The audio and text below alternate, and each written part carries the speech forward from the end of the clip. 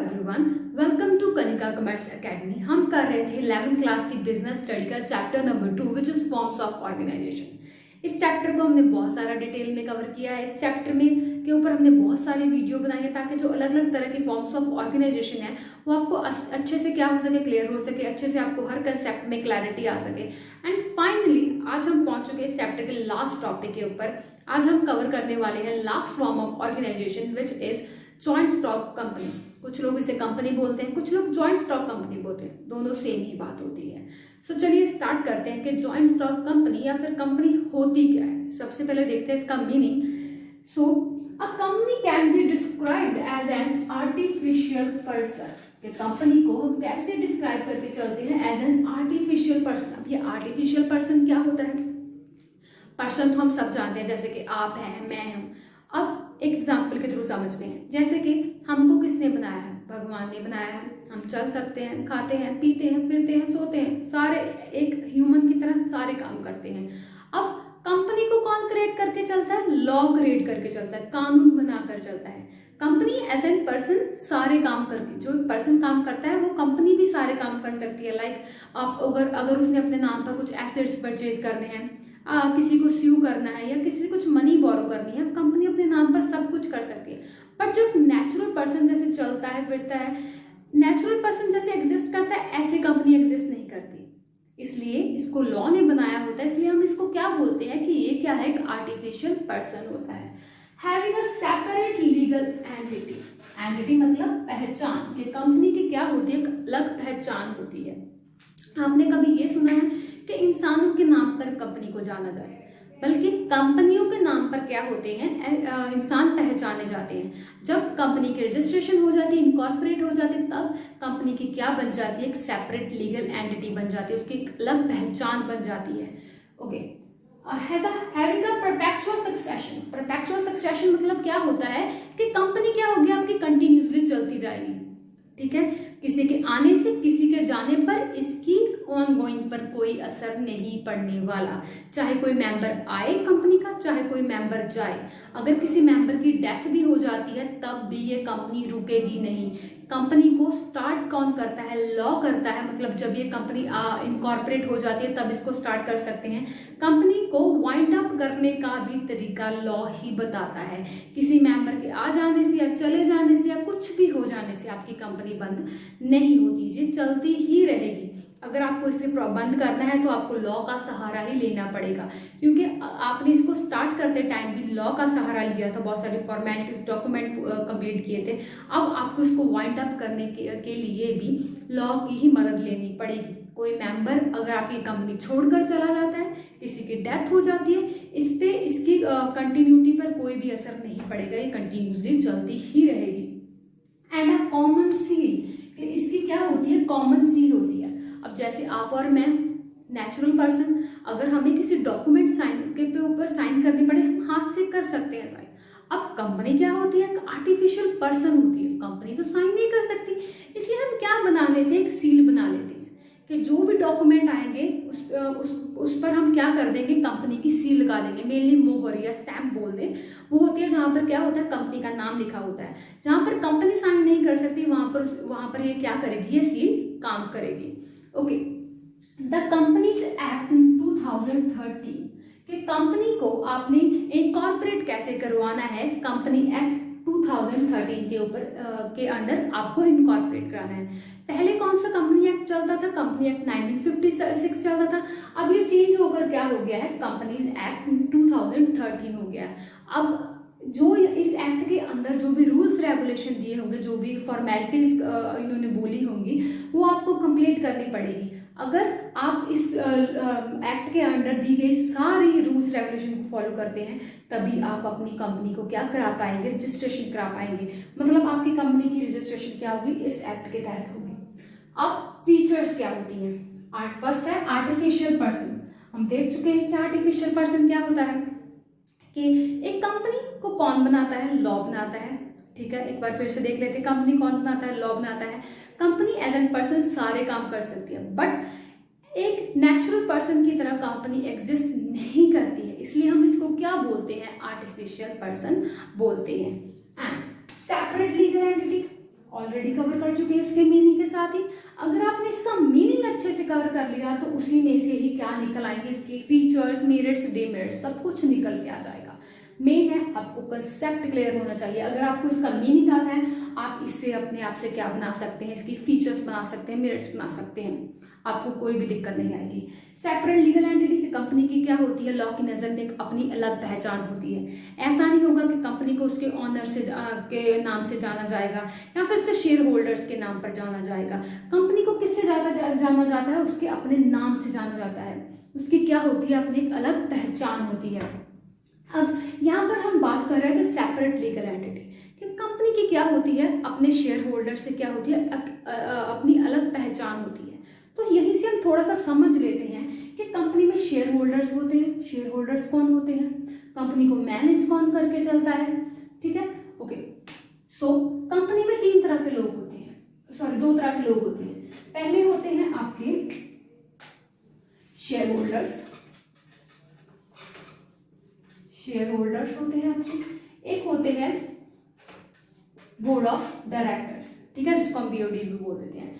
Share holders कौन होते हैं, ये होते हैं जो आपकी कंपनी में पैसा लगाते हैं, कैपिटल लेकर आते हैं। अब शेयर होल्डर्स कंपनी में पैसा कैसे लगाएंगे, ये क्या करेंगे, शेयर्स परचेज करेंगे।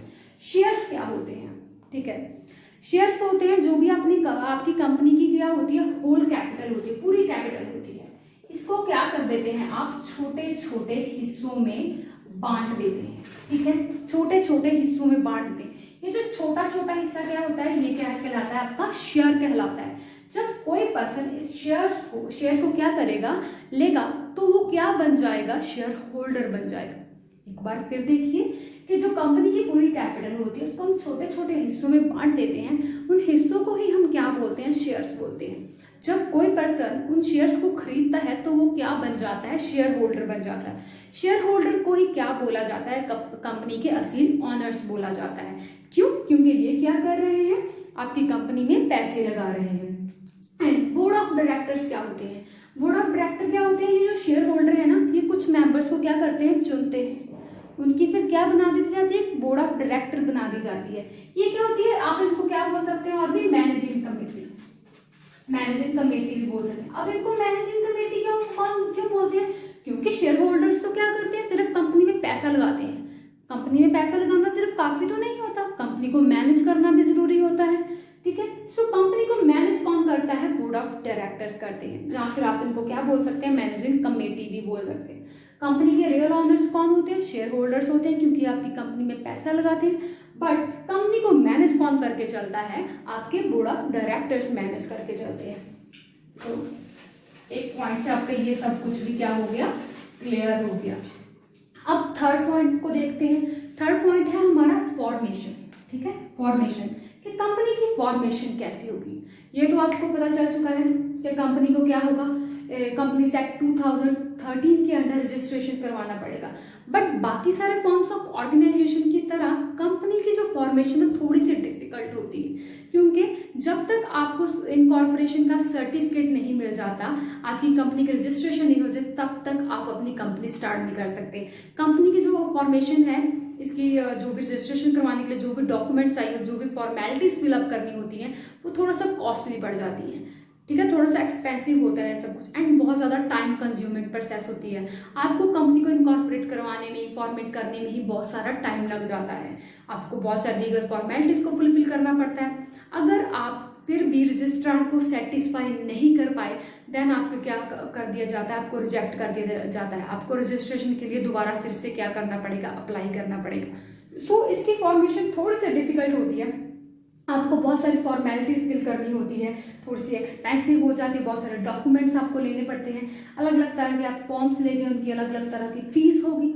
सो इसकी फॉर्मेशन थोड़ी सी क्या होती है, डिफिकल्ट होती है। बाकी तरह परपेचुअल सक्सेशन हम ऑलरेडी रीड कर चुके हैं कि कंपनी कोई भी आए कोई भी जाए, कंपनी के ऊपर कुछ असर नहीं पड़ता है, कंपनी चलती ही रहेगी। अगर कोई पर्सन न्यू एडमिट होता है, जैसे कि हमने पार्टनर में देखा था कि कोई भी अगर न्यू पार्टनर आता है, दोबारा से सारे डॉक्यूमेंट्स, दोबारा से सारे जो भी कागजात होंगे वो आपको दोबारा से प्रिपेयर करने पड़ेंगे, या फिर कोई पार्टनर अगर जाता है, इसमें कोई भी मेंबर आए कोई भी मेंबर जाए, इसके काम के ऊपर कोई भी फर्क नहीं पड़ेगा, आपकी कंपनी चलती रहेगी। इवन अगर किसी मेंबर की डेथ भी हो जाती है तब भी कंपनी की कंटिन्यूटी पर कोई भी असर नहीं होगा।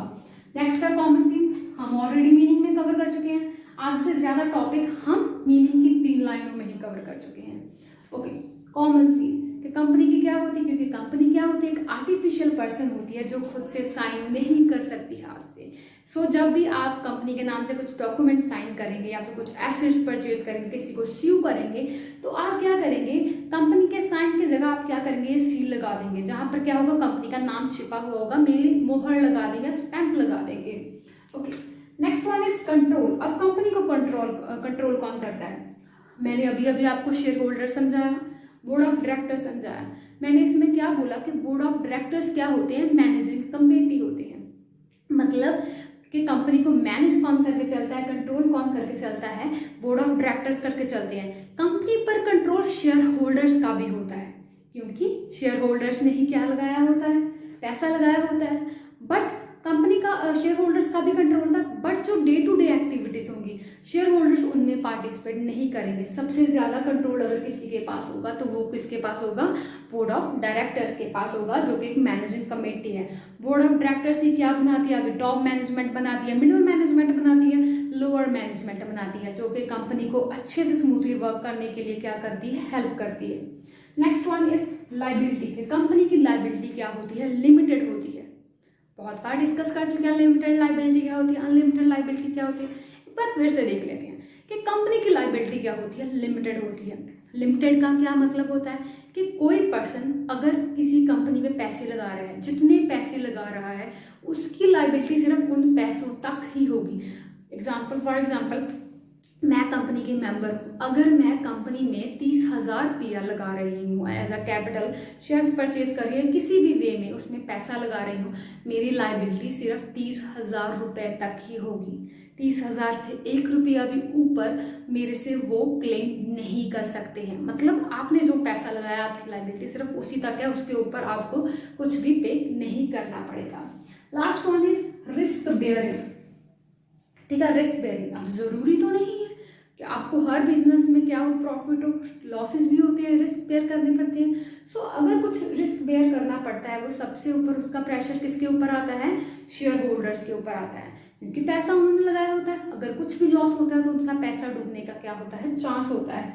सो जो भी लॉस होता है वो शेयर होल्डर्स क्या करते हैं, मिलकर बांट लेते हैं अपने अपने शेयर्स की, जो भी उनका हिस्सा बनता है उसके अकॉर्डिंग वो क्या करते हैं, अपना अपना लॉस बांट लेते हैं। मतलब रिस्क बेयर अच्छे से सब लोग क्या करते हैं, मिलकर कर लेते हैं। सो ये था जॉइंट स्टॉक कंपनी। टॉपिक बहुत ज़्यादा इंपॉर्टेंट है। इसके बाद अब इसकी एडवांटेजेस डिसएडवांटेजेस डेफिनेटली बच रहे हैं, इसकी types private company public company बच रही हैं, बट इम्पॉर्टेंट टॉपिक है, धीरे धीरे से करेंगे अच्छे से आपको समझ आ सके, इसलिए सिर्फ आज हम इसका मीनिंग और जो भी है इसकी फीचर्स हैं वो कवर कर रहे हैं।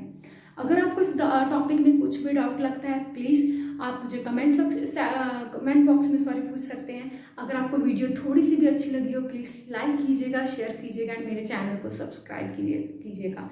आपके सपोर्ट की बहुत ज़रूरत है। Thank you so much.